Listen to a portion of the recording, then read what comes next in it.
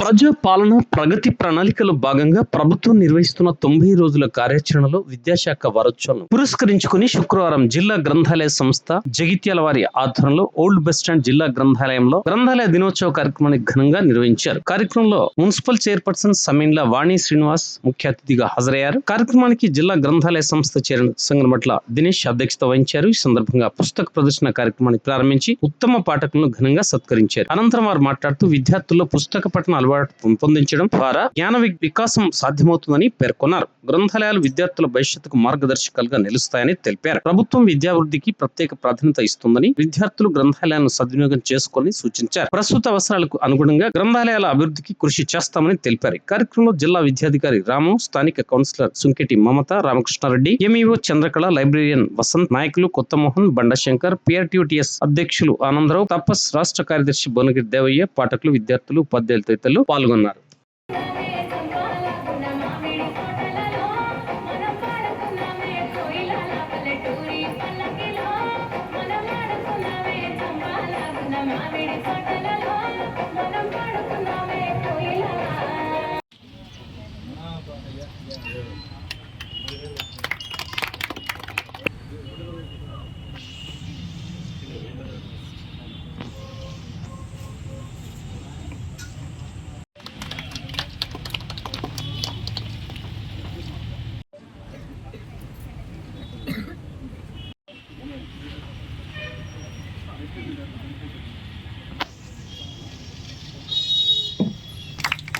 కార్యక్రమం విజయవంతం కోసం నిన్నటి నుండి కూడా సారు చాలా కృషి చేశారు. అందరికీ ఫోన్లు చేయడము, గ్రంథాలయ సిబ్బందిని ఎంకరేజ్ చేయడం, ఇవన్నీ కూడా చేశారు.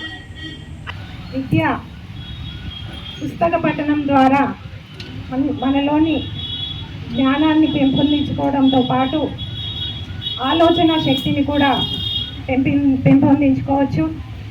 ఎంతోమంది పుస్తక పఠనం ద్వారా మన ఇంతకుముందు పెద్దలు చెప్పినట్టు అంబేద్కర్ కానీ పెద్ద పెద్ద వాళ్ళందరూ వాళ్ళ చదువుతోనే వాళ్ళు పెద్దవాళ్ళు అయ్యారు. మన తల్లిదండ్రులను మనకు ఎంతో శ్రమించి మనకు విద్యను అందిస్తున్నారు. కాబట్టి మనం వాళ్ళ పేరు నిలబెట్టేలా మంచిగా చదువుకొని గొప్ప గొప్ప మీ జీవితాల్లో గొప్ప గొప్ప స్థాయిల్లో ఉండాలని కోరుకుంటూ, ప్రభుత్వం మన రేవంత్ రెడ్డి గారు విద్యార్థుల కోసం విద్యా ప్రమాణాల కోసం ఎంతో కృషి చేస్తున్నారు. అదేవిధంగా మన జగిత్యాల నియోజకవర్గానికి విద్యార్థులకి ఏ అవసరం ఉన్నా ముందుండి నడిపిస్తున్న మన గౌరవ శాసనసభ్యులు సంజయ్ అన్న గారు,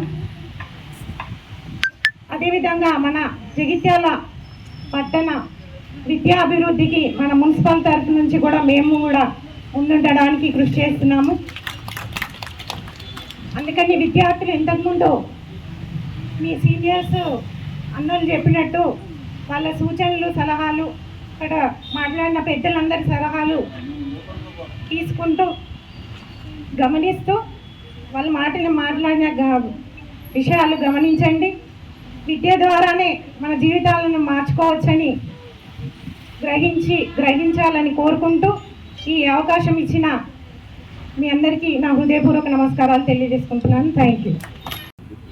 విద్య అనేది ఎంత ముఖ్యమో అనేది నిజంగానే అంటే ప్రస్తుత కాలంలో ఇంతకుముందు డిఓ గారు చెప్పినట్టు గతంలో ఇక్కడ ఉండే ఉపాధ్యాయులు చాలా మంది కూడా అంటే గ్రంథాలయానికి వెళ్ళేవారు అనుకుంటాను. నేనైతే చాలా మంది ఉపాధ్యాయులు గ్రంథాలయానికి వెళ్ళి అప్పుడున్న ఆర్థిక పరిస్థితులు పేపర్ చదవడానికి కూడా గ్రంథాలయానికి వెళ్ళేవారు.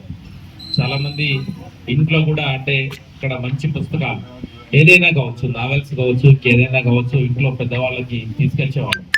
నేనైతే మా మదర్కి తీసుకెళ్చేవాడిని నావెల్స్. నేనంటే నావెల్స్ చదివేవాడిని కాదు, కానీ మా మదర్ నావెల్స్ చాలా చదువుతుంటాను. నాకు తెలిసినంత వరకు ఒక 2000 పుస్తకాలు చదివించవచ్చు. సో గతంలో ఎలా ఉండే ఇప్పుడున్న పరిస్థితులలో ఇంతకు డిఓ గారు చెప్పినట్టు చాలా మంది విద్యార్థులు కావచ్చు, ఇంకెవరైనా కావచ్చు, ఈ ఫోన్కి చాలా మంది వాటి ప్రభావం మన మీద ఎక్కువ చాలా ఉంది.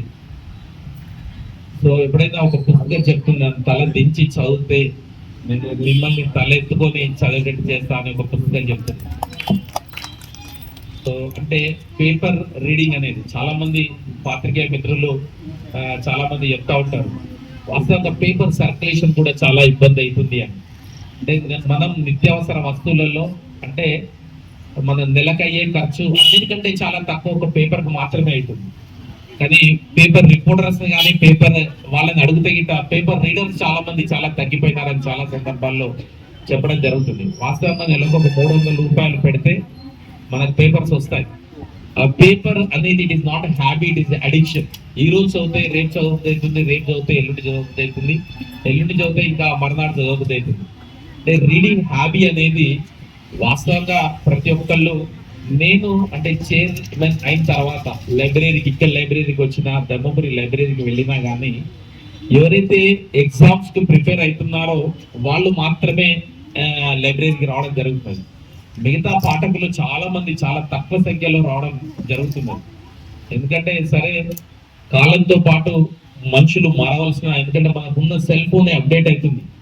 దీనిలో ఉండే సాఫ్ట్వేర్ ఒక 6 నెలలకు ఒకసారో 3 నెలలకు ఒకసారో అప్డేట్ ఖచ్చితంగా అవుతుంది. కానీ మన ప్రభుత్వ వ్యవస్థలో ఉండే గ్రంథాలయాలు కూడా డిజిటల్ లైబ్రరీస్ చేయాలి, అద్భుతమైన ఇన్ఫ్రాస్ట్రక్చర్ ఉండాలి. ప్రజలు ఏం కోరుకుంటున్నారో అది ప్రభుత్వం చేయాలి. అలా అయితేనే మనం ప్రజల ఆకాంక్షలకు అనుగుణంగా మనం రీచ్ అయ్యే అవకాశం ఉంటుంది.